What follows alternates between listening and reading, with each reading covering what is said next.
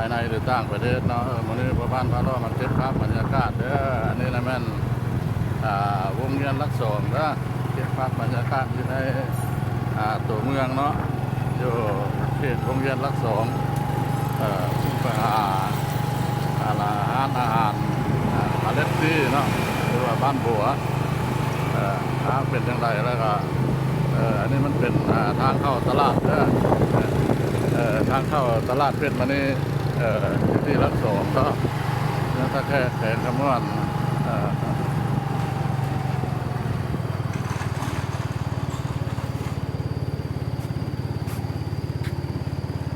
อันนี้มันเป็นห้านอาหารเด้ออยู่ห้านอาหารบ้านบัวสถานที่เราอยู่โนนเนาะโนนรักสองนั่นนะเนาะไปทางทุ่นกันแม่นไปมหาไซคนละมหาไซยมราชขึ้นหัวผู้หน้ากายเนาะเราไปทางเส้นนี้อันแวะมาขวามือนี่เราถือว่าเข้าห้านอาหารเด้อห้านอาหารในเมืองนี้แต่ก้อนมันก็เป็นสถานที่มันเป็นแต่ก้อนตะกี้เพื่อมันเป็นห้องเลื่อยเนาะห้องเลื่อย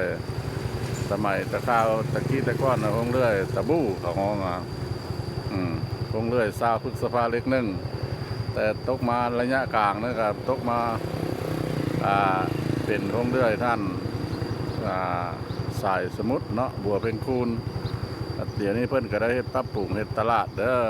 เฮ็ดตลาดนี่แหละเฮ็ดตลาดแล้วเพิ่นก็ตั้งร้านอาหารทางเข้าร้านอาหารบ้านบัวมีครบอาหารการกินน้ำในกระเพาะกาแฟเนาะใครยังมาลิ้นมาหัวมาเปิดหูเปิดตามาได้เด้อท่านผู้ชมเด้อ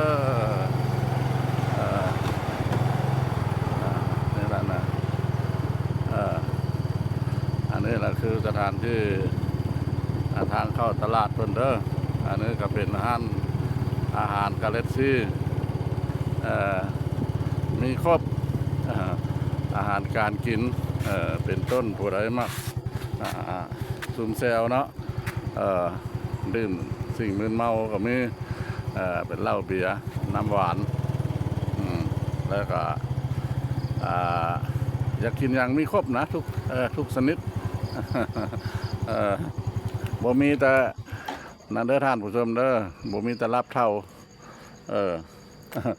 การในอื่นเรามีมดอาหารพื้นบ้านอาหารทะเล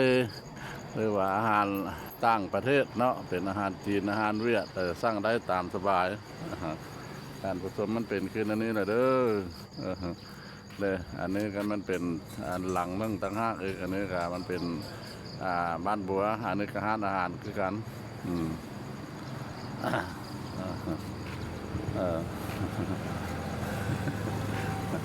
อันนี้ก็คืออาหารกาเลซีเพิ่นเด้อ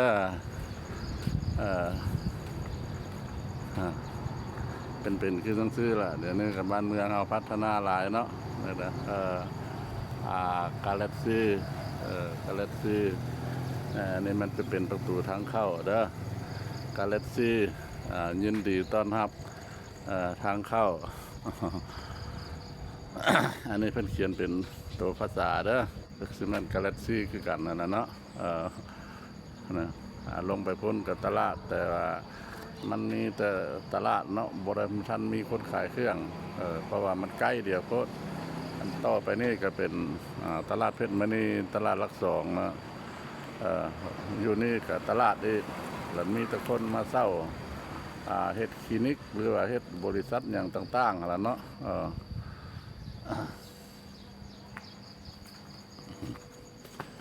สิพาท่านผู้ชมเข้าไปเบื้องด้านในเนาะ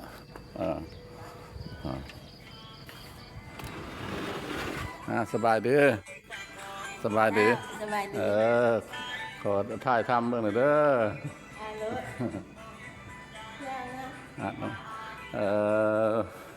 เพิ่นถูไม่ไหม้ด้วยนะเนาะอันนี้เราเป็นเครื่องขายเพิ่นเนาะเครื่องเครื่องขายเครื่องยู่เครื่องกินมันเป็นสั้นเทิงเพิ่นละอันนั้นเนาะสั้นเทิงเพิ่นละเป็นบ้านลูกหลานนักน้อยนักเรียนเนาะเด็กน้อยยังมาลิ้นมากินพ่อแม่ก็นั่งท่าอยู่นอกนี่มักอย่างก็สร้างกินเนาะกินน้ำกินใน นี่ละเออ มีโต๊ะมีตั้งหลายบ่อนหลายที่เนาะผู้ใดจะมาพักผ่อนย้อนอารมณ์ เฮ็ดเวียกเมื่อยเนาะอิดอัดบางเทื่อกะเฮ็ดเวียกเฮ็ดงานห้องลาห้องการปวดหัวนำบัญชีการงานการเงิน อย่างมาเบาสมองกับมาลินอยู่นี่เงียบเด้ออันอยู่น้ำเดือน4 เดือน 5ฮ้ออยู่เฮือนอยู่อย่างฮ้อหลายเนาะแล้วก็เข้ามาพาลูกพาเต้ามาพักผ่อนอยู่คือสบายมาก เพราะว่าแอร์เย็นเพิ่นมีเป็น10 กว่าหน่วยเพิ่นติดตั้งเด้อ อันนี้แหละมันเป็นร้านอาหารกาเลสซีของท่านสายสมุทร อันนี้นะมันเป็น นี่เด้อนี่อันนี้นะมันเป็นอุโมงค์เด้อมันเป็นอุโมงค์เด็กน้อยขึ้นเทิงเพิ่นละขึ้นไปถึงเทิงเพิ่นแล้วกันเลาะลงมานี่ไหลลงมานี่เด้อันนี้บอลลิ้นมัดท่านผู้ชมเลย บอลลิ้นบอลหัวมาอยู่มายะอยู่เป็นหลุดเป็นล่างเป็นใดไปอยากลิ้นอย่างก็ลิ้นเด้อนะฮะอันนี้มันเป็นสั้นลุ่มมันมีสั้นเทิงอันนี้มันมีสั้นเทิงเนี่ยการตอนนั้นก็เป็นอุโมงค์คือกันอุโมงค์คือกันแต่บ่แม่นเล็กเลยเด้อท่านผู้ชมเด้อนะเป็นยางเพิ่นเอายางเฮ็ดนี่โทรศัพท์มาเด้อ อันนี้ก็เป็น อันนี้เป็นทางขึ้นเด้อท่านผู้ชมเด้อ ทางขึ้นอยู่ทันเทิงตายอยากปลิ้นอยู่มุมใดแจใดเฮ็ดหยังแล้วอยู่เทิงมันมีมัดนะอันนี้ก็อุโมงค์อีกคือเก่าตอนนี้อุโมงค์สีนี้อันนี้ก็ถ้าอยากเข้าดิ้นอยู่ห้องนึงก็เข้าได้แต่ละห้องแล้วมันเป็นใส่แอร์มัด ท่านผู้ชมอันนี้กระทางขึ้นเป็นทางขึ้นสั้นเทิงแล้วมันมี2 สั้นเด้อมี2 สั้นถ้าอยากเข้าไปลิ้นไปหัวก็เข้ามาได้อันนี้ล่ะผู้ใดอยู่เนาะอยู่นาเนาะแล้วให้แล้วนาเฮ็ดน้ำเบียงให้กันนาหลังสู่ผ้าหน้าสู่ดินเนาะแล้วให้แล้วนาแล้วก็มาเปิดหูเปิดตามานั่งแบบสบายเอาครอบเอาครัวเนาะเอาลูกเอาเต้ามาเล่นมาเที่ยว หรือว่าผู้ใดบ่ทันได้มีแฟนเนาะบ่ทันได้มีครอบครัวก็พาคู่ฮักเนาะมาลิ้นมาหัวมาเปิดหูเปิดตาอาหารการกินมีทุกอย่างสั่งอย่างได้เมดทันใจบริหารว่องไวเด้อนั่นล่ะ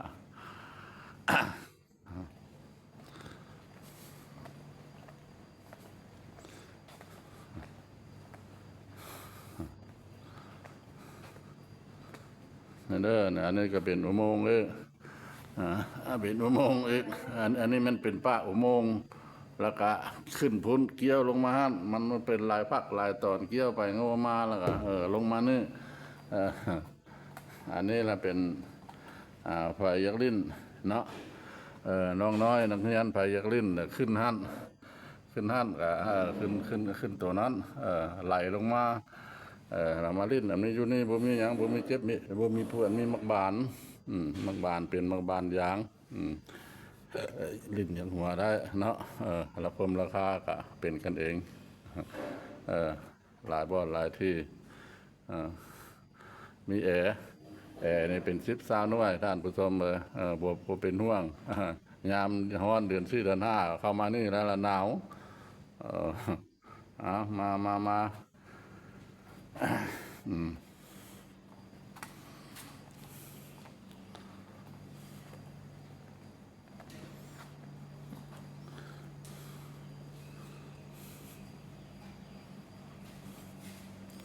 เพราะว่าทางการเก็บภาพบรรยากาศเนาะทางนั้นนะในที่พ่อประมาณนั้นแหละเนาะท่านผู้ชมเนาะอันนี้คือนั่นเด้อคือแม่บ้านเพิ่นสบายดีหามาเฮ็ดผู้เดียวนี่ปะ 2 คนแล้วเขายังบ่มาผู้หนึง เออแตะเก้าแล้วยายสวยคือมาแต่เช้าแท้แตะเก้า ยังบ่เห็นมาอยู่ อ่า เช้าล่ะ แข้งบ่ไหวแล้วเนาะแต่เมื่อเราแข้งบ่ไหวแล้วแต่เก้าแล้วตื่นแจ้งมาแล้วเห็นเราได้ใหญ่นะ โมงครึ่ง7 โมงมา มีผู้หนึง เป็นแม่บ้านนะกระตากับเพิ่นก็แก้ตัวแล้วเนาะเท่าแล้วล่ะ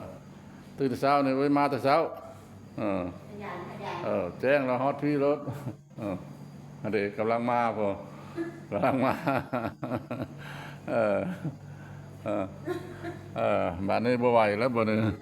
ผู้นี้มาก่อนนะ เออ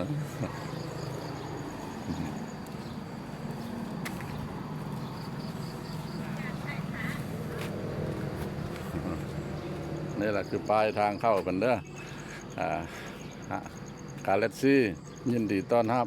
โอ้ ใช่ค่ะ ผมมาสบายดีสบายดีสบายดีคือมาเศร้าแท้มันน่ะ อ้าวมาเช้าแล้วมาเฮ็ดเวียก เออจะน้อยแค่คนมามันยากเนาะเอ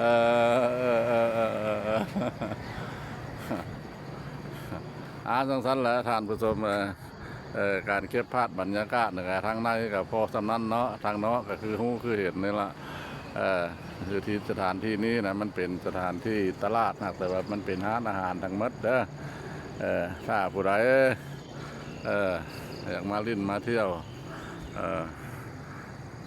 อยากมาลิ้นมาเที่ยวอยากมาเปิดหูเปิดตาก็มาได้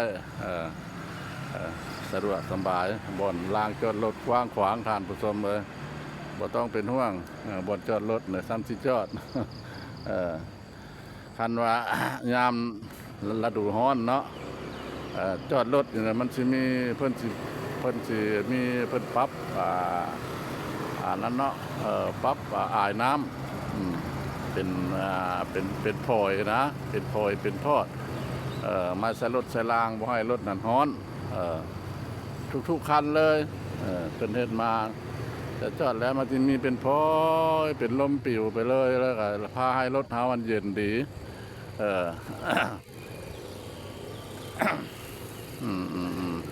แกการเก็บภาพบรรยากาศกับที่พ่อประมาณนั้นแหละเนาะมาฮอนนี่กับคำว่าจะขออนุญาตนำท่านทั้งหลายเนาะขอปิดคลิปไว้เพียงสำนี้เนาะโอกาสหน้าจะพาท่านผู้ชมไปหูไปเห็นหลายบ่อนบ่อนหลายที่ถ้าว่าผู้ใดพี่น้อง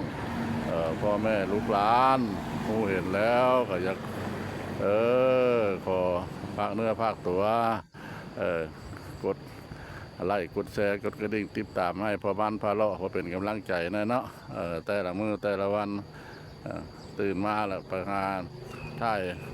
คลิปถ่ายทำ อยู่มองนั้นมองนี้ให้ท่านผู้ชมได้หู้ได้เห็นผู้อยู่ทางบ้านทางเมืองบ้านเมืองเฮาเดี๋ยวนี้มันพัฒนาเจริญไปฮอดใส่แล้วแล้วก็ได้หู้ได้เห็นเนาะคันเห็นแล้วแล้วก็อยากมาแล้วก็มาสัมผัสด้วยตนเองมันก็บ่ใกล้บ่ไกลเนาะอยู่กับโตโนนลักสองเลยเด้อท่านผู้ชมเด้อมาฮอดนี่แล้วก็ขอจบสบายดี